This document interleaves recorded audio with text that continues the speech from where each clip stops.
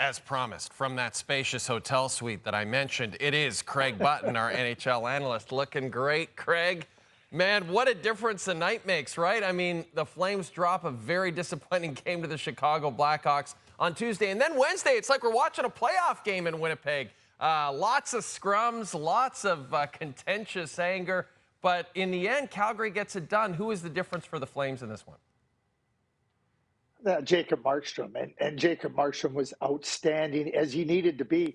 You know, through the first two periods in a tight game, and as you pointed out, testy, competitive. You know, the Flames are trying to stay alive. The Jets are trying to put them out of the playoff picture. So you're going to get a good competitive battle. But Jacob Markstrom was fantastic. He was challenged with some really good opportunities by the Jets. And time again, he was just solid. And quite frankly, this is the form that we saw from Jacob Markstrom in 21-22 when he was the second team all-star goaltender. And when you look at what he was able to do, that's the Jacob Markstrom that you know can be that good. And in a game where they needed him to be that good, especially going into the third period, he was all of that and more. And, you know, when you start to look at the different parts of Jacob Markstrom's game, we know he's a great competitor. It's a back-to-back. Last time he played a back-to-back, Dallas up to Minnesota, he got a shutout.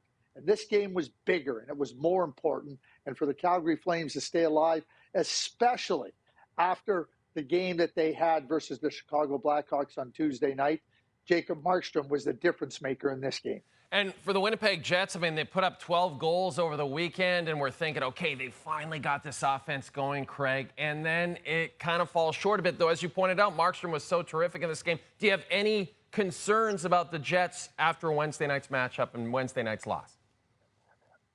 Yeah, I'll say no concerns because I think for three straight games, the Jets have played really well. You made the point. Markstrom was a big difference maker. They had lots of good opportunities. They had lots of good chances to put the puck in, and Markstrom just denied them. But what the Jets did in this game by losing is they gave life to the Nashville Predators. The Nashville Predators have games in hand. They play on Thursday, and then again, Winnipeg's next game, they get Nashville.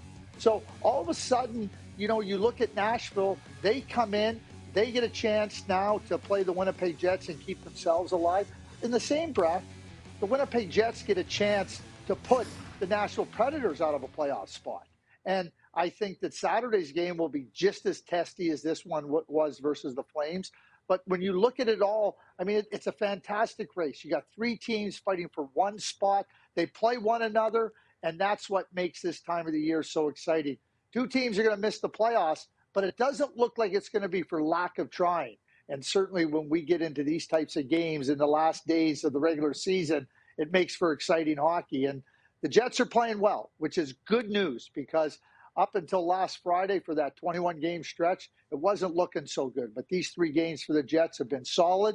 And so no concerns for them. But the challenges are still there with good opponents that they're going to face. Yes, that opponent, as you mentioned, the Nashville Predators, they've got them next Saturday. Who would have thunk it, this Nashville Jets game on Saturday, going to be so massive to how this season finishes out? Craig Button, always a pleasure. Thanks, my friend.